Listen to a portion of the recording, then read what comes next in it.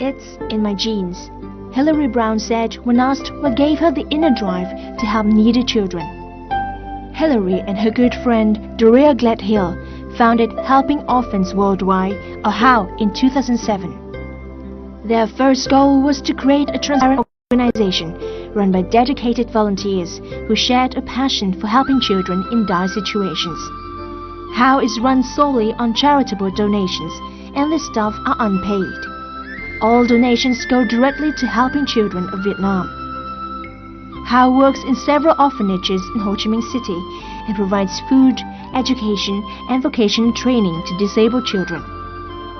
HOW's volunteer staff now focus on raising awareness, especially epidermolysis bullosa, or EB, a rare genetic disorder that makes victims children living with EB by providing medical supplies and education, so they are cared for properly.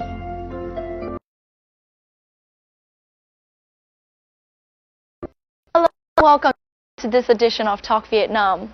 Inspiring and being inspired by others are the true rewards for help, according to co-founder Hillary Joy Brown. Since 2007, this woman has devoted her time and energy to ensuring that every penny donated goes to children in need. It's a privilege to have Hillary here with us to share her stories. Hillary Joy Brown, welcome to Talk Vietnam. Thank you for having me. How are you? Good, how are you? I'm good, thank you. Can you tell me about an example of one of your first days here, what you did and how you helped the kids? Well, when I first came, I went to see several different orphanages, and I actually came empty-handed because I don't believe in handing out candy, and I wanted them just to meet me, and I wanted to meet them, and so they wondered the first time the kids were wondering, what did you bring us? What did you bring us? What do you have? And I had a little box of Tic Tacs and little mints, and I'm like, I love this, and they're all like, no, they actually weren't like this. I felt that they were thinking, cheap lady, but we passed one out to each of the kids, and it was an orphan, a center with children that are deaf and mute, and they were delighted. So that, first of all, won my heart. And then they sang to me, and I can sign a little bit. So I was able to sign with them, and that was my first really, you know, when they were so happy with that little bit of candy that I had, but they didn't expect it. I felt like they did, and I thought, why didn't I bring something? But so that was the first really good experience with the children. So your organization, Helping Orphans Worldwide, or HOW, is currently working on various projects in Vietnam. So can you tell me what those other projects are?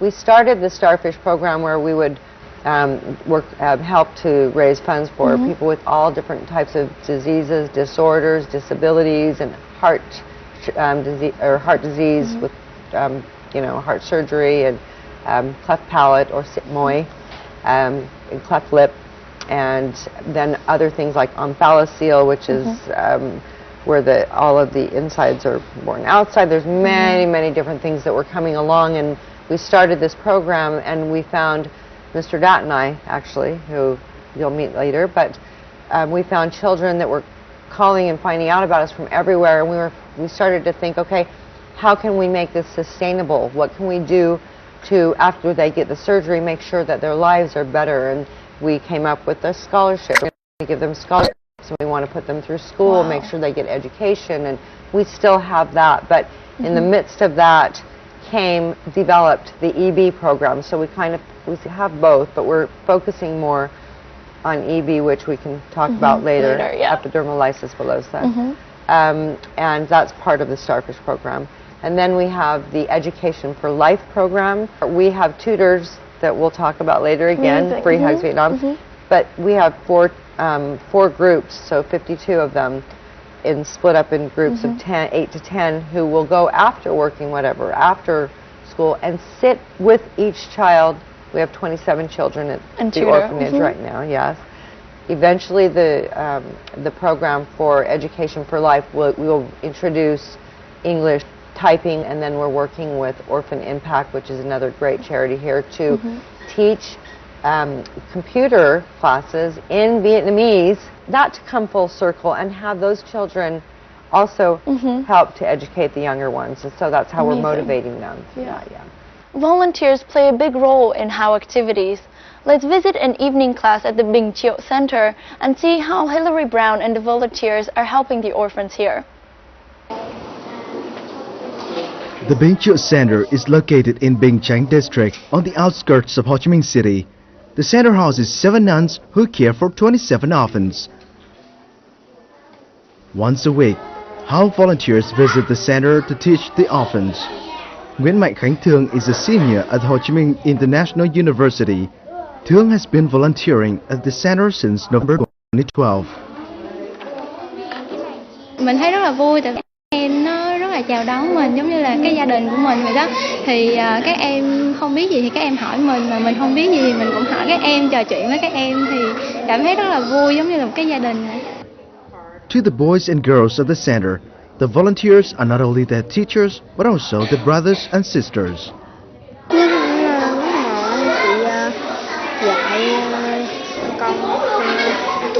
Điểm cao con rất vui và anh chị cũng vui tính, anh chị dạy nhiều. Những điều các anh chị dạy con là không được đánh bạn, không được đánh nhau và học thật tốt để các anh chị vui. During their time with Hao, the volunteers have been inspired to continue the work by Hillary. Em cảm nhận được là cô làm việc là không phải vì một cái lợi ích gì cá nhân, mà em thấy là cô làm vì tất cả các em ở đây cảm thấy rất là có tâm và tử tế. Em thật sự rất là trân trọng những cái gì mà một người nước ngoài có thể là hoàn toàn xa lạ với những người châu Á như là người Việt Nam, mà lại đến đây và giúp đỡ một cách không chỉ đơn giản là bỏ tiền ra để cho đi, mà còn thực sự là tạo ra một cái hệ thống, một cái đội nhóm để có thể giúp đỡ một cách lâu dài. Thì em cảm thấy điều đó thực sự rất là đáng quý và đáng trân trọng và học hỏi. Hao currently has 70 Vietnamese volunteers, all of whom are students. It is also supported by foreign volunteers as well. The Hao volunteer team has been with the Bình Triệu Center since February 2012.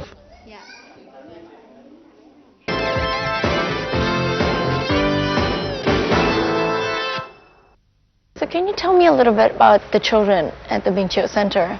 How did you feel when you met them? When I met them, I was delighted. I mean, you know, they're so lovely, and then you sit down and spend time with each one of them, and they're inspiring because you know, when you see how they just want to learn and they want to improve, and their writing's beautiful and they care about what they're doing, they inspire me to, you know, want to, you know, continue with what I do. So now you've got 52 local volunteers, and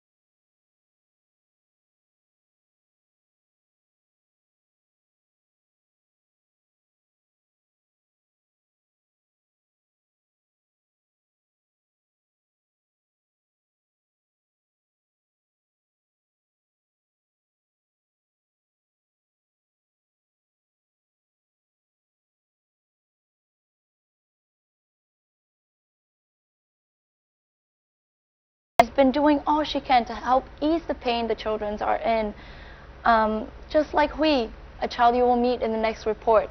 These children suffer from epidermolysis bullosa, or EB, a rare genetic skin disease that causes the skin to be so fragile that the slightest friction can cause severe blistering and inside and outside of the body. Once every 10 days, Hilary and Dad bring medical supplies to Hui and tend to his wounds.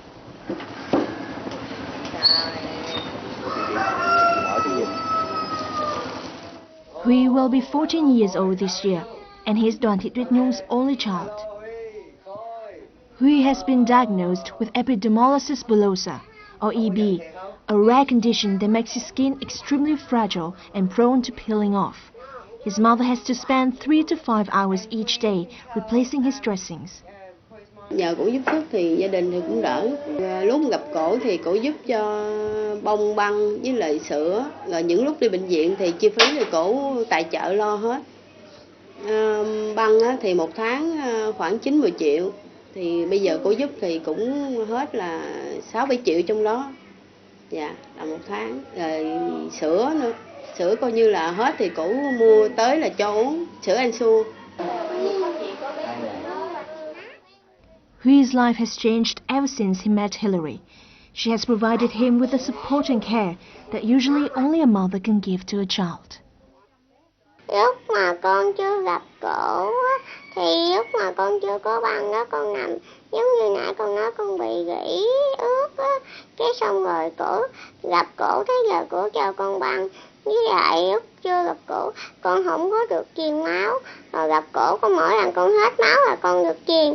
Lúc mà con được cô á đẩy vô, tại vì nó chưa có phòng, cái cổ quạt cho con hoài mà cổ tội nghiệp lắm.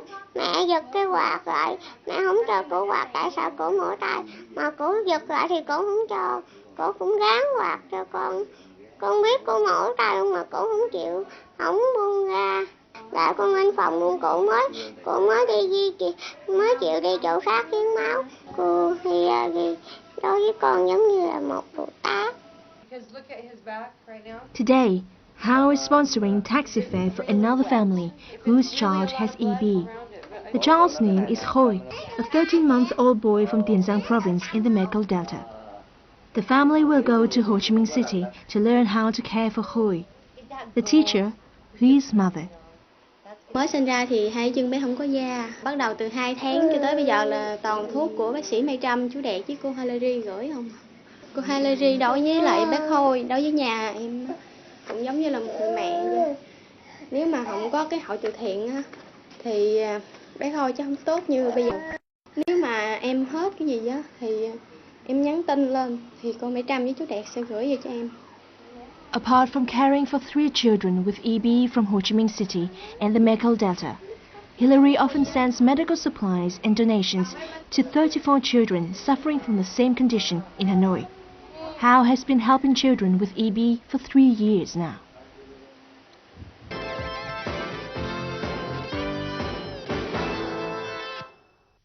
How have you managed to help him so far? Well, Hao has been able to help him by actually a lot of ways. We've some really interesting ways. We've helped with his medical needs, and he's had several blood transfusions. I think 5 this year, 4 or 5 transfusions this year, which we need to put an end to. But all of his wound care and helping with his nutrition, which is the reason that we are trying to put an end to the transfusions, because we're able to bring nutrition to him, and we're trying to, we brought some things that were donated from America that have vitamins and minerals and, all of the things the body needs to heal. And we kind of did a little experiment to see if it would work, and it worked wonderfully. So the education is not only on nutrition, very important, but also on that this is a genetic disorder. So if your child is born with EB, then, there are tests that can be done. So there's education in nutrition. It's really important that they learn, and we can help with that. We want to help with that. We're here to help with that. So it costs a lot of money to put together, you know, a nutritionally sound diet, but we will help with that. And then, you know, as long as people are starting to understand that that's how a body will heal, you know, we really want to push that, because getting new blood does not, you know, it's not the answer. It's not the answer, no. And also, when you say it's a genetic disorder, you also mean if one child in the family already has EB, that also means, would that also mean that the next child will also have the disease? Not necessarily. Not necessarily. The genes, there's several types of EB. I think there's 5 types, and I can't name them all off. I'm not a doctor, but the genes can be way back from the grandparents, great-grandparents, but if both parents have the gene, then there's a higher percentage. But there is a test that can be done before. It's quite expensive, but we will also help with that if it's a parent that's already had, a family that's already had a child with EB. So we're trying to work out, hopefully with other organizations that will help us do these tests for less money, since we are so small. But it's important that the parents get tested, and you know, if they have a child with EB, because it's so expensive, you know, it can cost up to, without the transfusion, you know, like around $250 a month only for the wound care. So that's in Vietnam. In America, it can cost $5,000 a month, so depending on where you live. But if you have one child with EB, we really hope that you know, can take care of that child, and we want to help. So the test would be really important if you're thinking about expanding your family, you know. And why do you care so much for these children? That's a very difficult question for me to ask. They need help. They need a voice.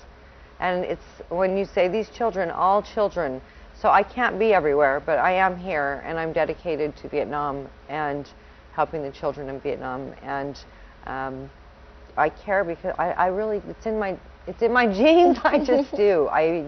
Whatever I am doing, I'm 100%. And it's always been around helping people, and I'm not a saint by any means, but it's genuine, and it's actually quite selfish what I do, because it brings me a lot of joy when I can see that what How is doing, or you know, what's happening, and a child is getting help, or children are being educated, or people are being educated, and we're helping to, you know, the children with EB, and it's very selfish. I get a lot out of it, truly. I mean, it makes me happy.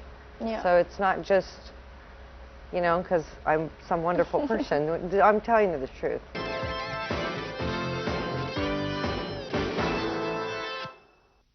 Would you mind telling me a little bit about your own family, your husband and your children? Yeah, my husband is an amazing, he's the silent hero. He works, like me, we both are workaholics. We work a lot. He works 17-hour days, and I see him twice a year, and he supports me 100% in my work. You know, when I'm having a down day, or a happy day, or it's the middle of the night, or he's in a meeting and I Skype him, you know, he's there for me. He understands, and he fundraises, and he's on our board, and he sacrifices a lot, because, you know, he doesn't get to see you. Well, which might be a gift, but just kidding. No, but we talk every day several times, and he does sacrifice a lot. And he's actually talked about maybe we should just, he should retire, and we should move to Vietnam.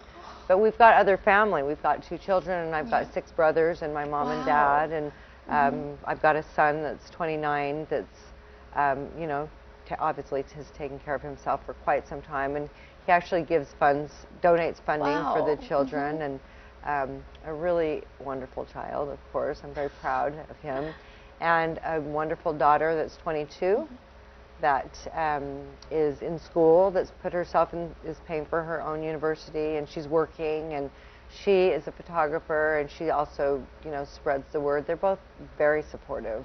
My family, my 6 brothers and mom and dad, and my nephew also, who is 15 and has autism, has been volunteering with me since he was 5. He's designed our website and donated his time until now, because he's got a girlfriend. But he's done so much. So my whole family is all very very supportive and amazing. So your desire to help has, has contaminated your whole family. Or maybe they in a are. way. I think they've all. They are. Yeah. I think they've all got it, and they all feel the same because, like I said, I'm adopted, and then we're adopted. So I think we all understand that, we need to give back. Yeah. Hillary, can you tell me what has been your happiest moment since you've started working with the kids here in Vietnam? My happiest moments would probably be watching the change in the children with from when we met them with their dreams and their hopes. When we started, we'd ask them, "What are your dreams?" And they'd say, "I want to cook," or "I want," which is great.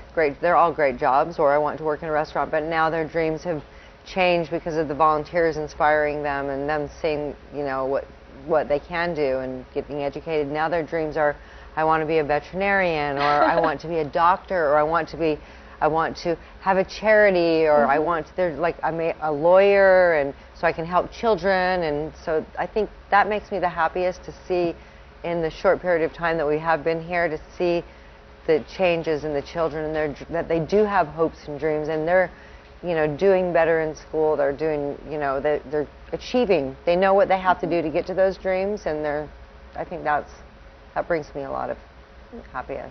What does happiness mean to you after all this?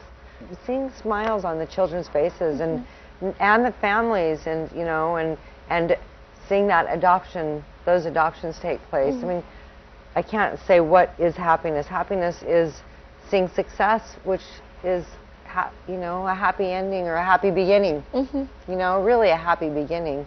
So that will hopefully continue on. Thank you so much, Hillary, for all that you've done for the disadvantaged kids here in Vietnam. And thank you for inspiring the young volunteers who've lent a helping hand to the kids.